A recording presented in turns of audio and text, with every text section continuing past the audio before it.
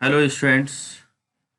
आज मैं पंचायती राज व्यवस्था का जो पटवारी का यानी एग्जाम का सिलेबस है उसके एमसीक्यू यानी कि मल्टी चॉइस क्वेश्चन यानी कि वस्तुनिष्ठ प्रश्नों पर चर्चा करूंगा जो कि इस परीक्षा के लिए बहुत महत्वपूर्ण हो सकते हैं।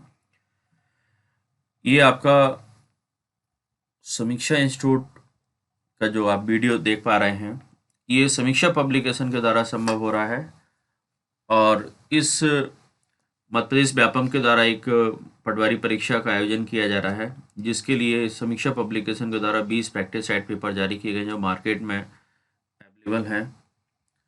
इसी व्यापम परीक्षा की जो पटवारी परीक्षा है इसमें एक बहुत महत्वपूर्ण विषय है कंप्यूटर। तो समीक्षा पब्लिकेशन के द्वारा कंप्यूटर एक सामान्य परिचय के नाम से बुक का पब्लिकेशन किया गया है जो मार्केट में अवेलेबल है। और इस पटवारी परीक्षा के लिए जो बहुत ही महत्वपूर्ण विषय है पंचायती राज एवं ग्रामीण अर्थव्यवस्था जिस पर हम लगातार वीडियो बना रहे हैं ये सब कुछ संभव हो पा रहा है आपका समीक्षा पब्लिकेशन की टीम के द्वारा। भारत में पंचायती राज व्यवस्था ये टॉपिक है। इसमें आपके जो महत्वपूर्ण प्रश्न हैं इसमें जो पहला प्रश्न है आपका अभिव्यक्ति यानी कि ग्राम सभा सही रूप में किसकी करती है। ग्राम सभा किसको अभिव्यक्त करती है। इसमें आपका पहला है गांव के बुजुर्ग नागरिकों को यानी कि ग्राम सभा में कौन कौन शामिल होता है कि आपका किसी गांव के बुजुर्ग जो होते हैं वो इसमें शामिल होते हैं, बिल्कुल नहीं होते हैं। ये आंसर आपका नहीं हो सकता है। इसके बाद है किसी गांव की सारी आबादी को शामिल किया जाए, बिल्कुल नहीं है क्योंकि इसमें आपके जो छोटे छोटे बच्चे और यानी कि आपकी जिनकी उम्र 18 वर्ष से कम है जो मतदाता नहीं है उनको इसमें शामिल नहीं किया जाता है। इसका आंसर आपका बिल्कुल ये आता है पंचायत के निर्वाचक मंडल यानी कि पंचायत के जो समस्त मतदाता होते हैं यानी कि आपकी जिनकी उम्र 18 वर्ष होती है उनको ग्राम सभा का सदस्य माना जाता है। ग्राम पंचायत के निर्वाचित सदस्य बिल्कुल नहीं है, तो ये आंसर इसका आपका सी होगा। अब हम अगला प्रश्न देखते हैं। मध्य प्रदेश राज्य में जिला पंचायतों की संख्या कितनी है। इसमें पहला ऑप्शन है 88। देखिए मध्य प्रदेश में जितने जिले होंगे उतनी यानी कि आपकी जिला पंचायत होंगी क्योंकि आपको मालूम है कि जिला पंचायत का गठन जिला स्तर पर किया जाता है और मध्य प्रदेश में जो जिले हैं लेटेस्ट आपका आगर को मिलाकर के 51, तो इसलिए इसका आंसर आपका होगा सी। आपका आंसर सी इसलिए होगा क्योंकि मध्य प्रदेश में जिलों की संख्या टोटल 51 है, इसलिए आंसर इसका सी होगा। अगला प्रश्न है मध्य प्रदेश में पंचायती राज अधिनियम कब लागू किया गया है। यानी कि देश में पंचायती राज जो व्यवस्था लागू की गई उसके बाद मध्य प्रदेश में भी पंचायती राज व्यवस्था को बनाने के लिए अधिनियम बनाया गया।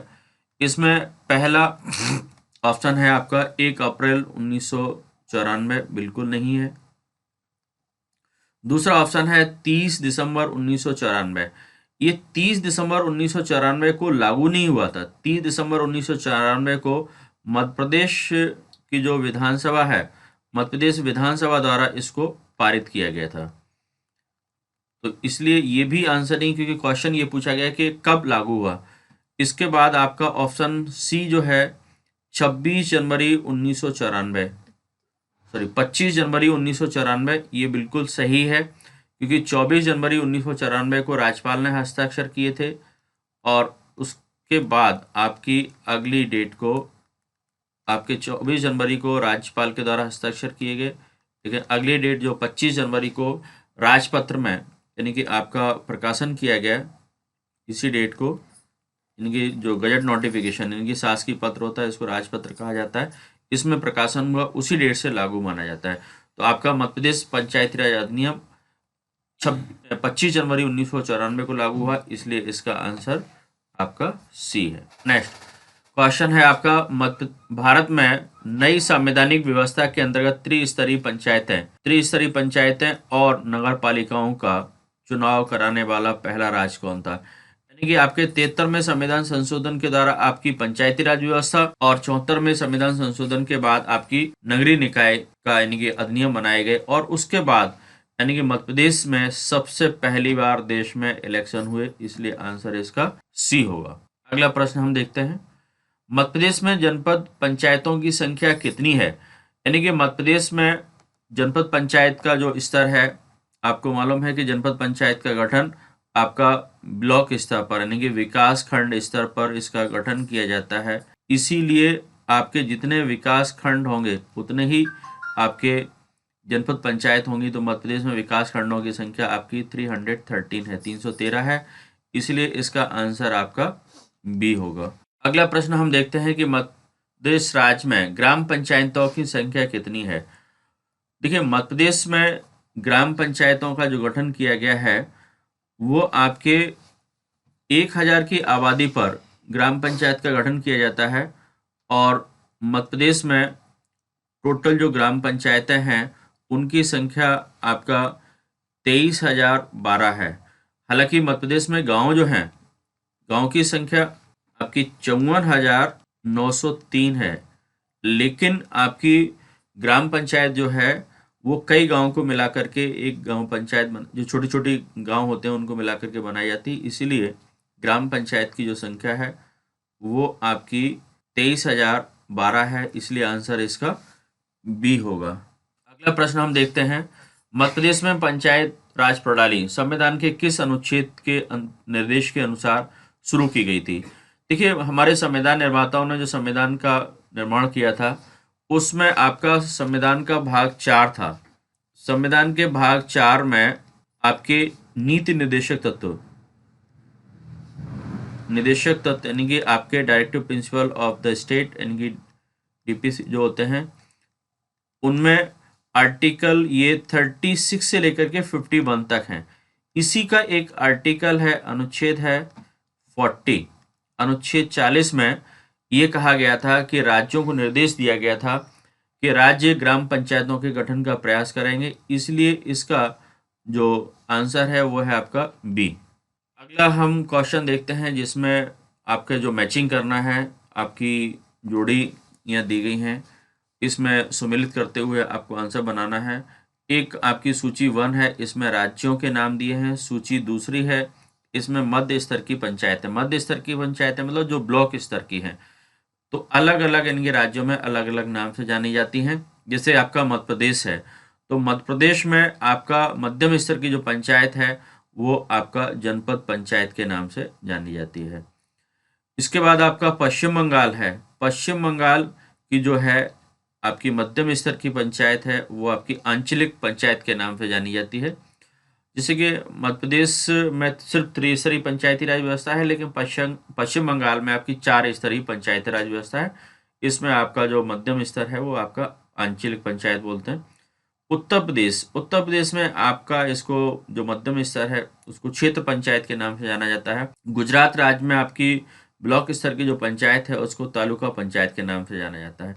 तो इस टाइप से हम देखते हैं कि आपका ए के सामने आपका ए के सामने फर्स्ट आता है, बी के सामने सेकंड आता है, और सी के सामने आपका फोर्थ आता है, और डी के सामने थर्ड आता है। इसलिए इसका आंसर आपका होगा बी, और यहाँ पर आपका सारी मैचिंग के बाद आंसर बी हो जाता है। अगला क्वेश्चन हम देखते हैं, प्रदेश सरकार द्वारा नगरीय निकायों में महिलाओं को कितने प्रतिशत आरक्षण दिया गया है? यानी कि मध्य प्रदेश सरकार की बात की जा रही है यहाँ पर, यानी कि हमारा मध्य प्रदेश में जो 2014 में आपके स्थानीय निकायों के लिए चुनाव हुए थे, इसमें आपके नगरीय निकायों में और ग्राम पंचायत में दोनों ही स्तर में महिलाओं के लिए आपका 50% आरक्षण किया गया है, इसलिए आंसर इसका सी होगा।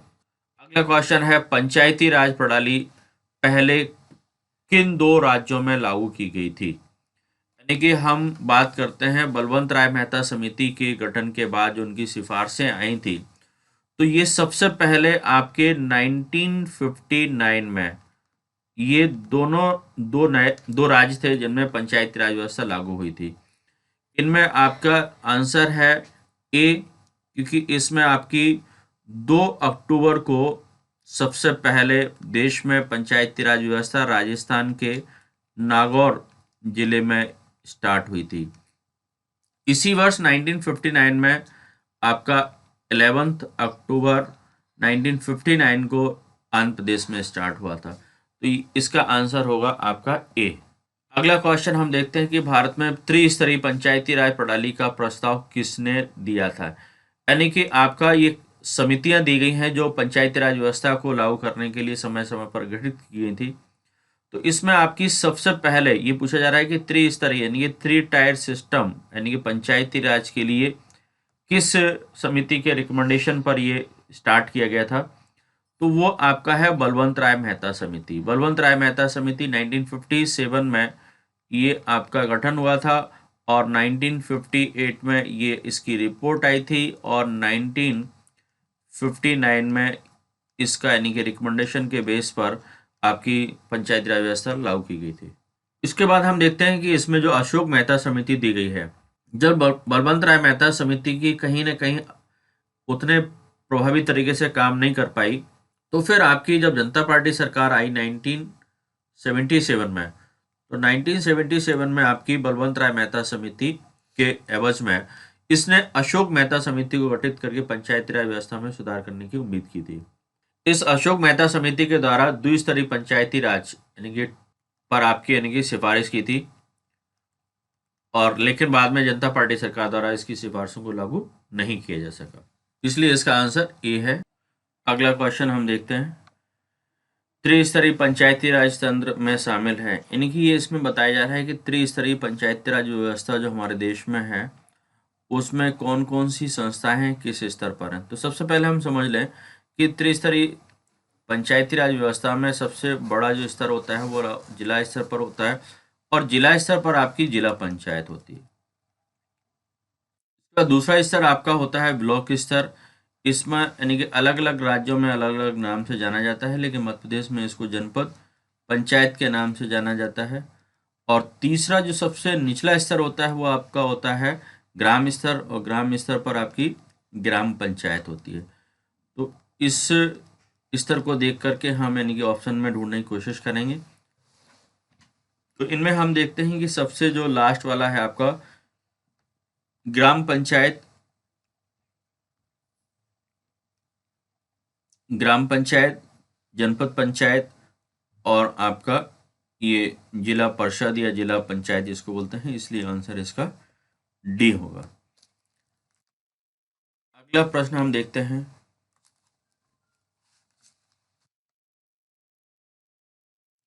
पंचायती राज व्यवस्था में इनकी जो चुनाव लड़ने वाले उम्मीदवार होते हैं इनके लिए न्यूनतम उम्र कितनी होनी चाहिए उम्मीदवार के लिए।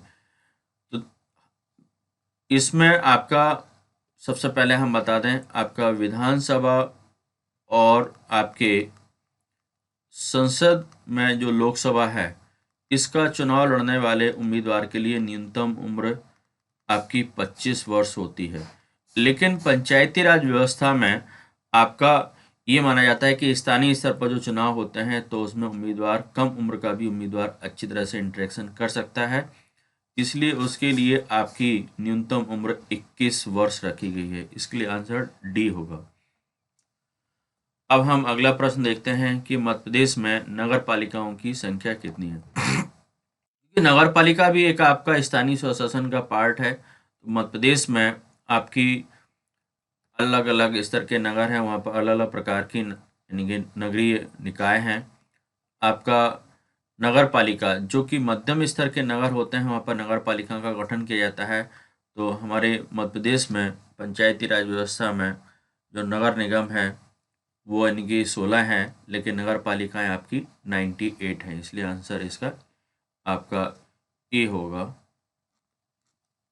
दो नए नगर पालिका वो निगम है ना, नगर निगम 16 हुआ है। कहाँ पे हैं दो, एक छिंदवाड़ा और एक नहीं, एक खंडवा है और एक आपका मुरैना।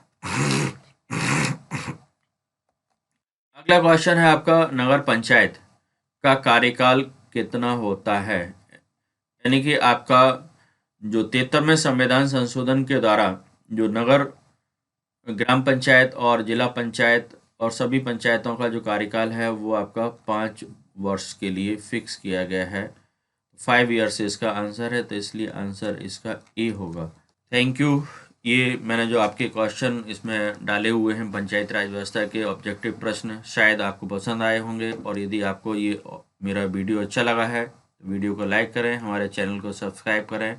और अगला वीडियो हम अपलोड करेंगे, इसमें बहुत सारे आपके मल्टीपल चॉइस क्वेश्चन होंगे, वस्तुनिष्ठ प्रश्न होंगे जो कि पंचायती राज व्यवस्था और ग्रामीण अर्थव्यवस्था से संबंधित होंगे। Thank you, good day.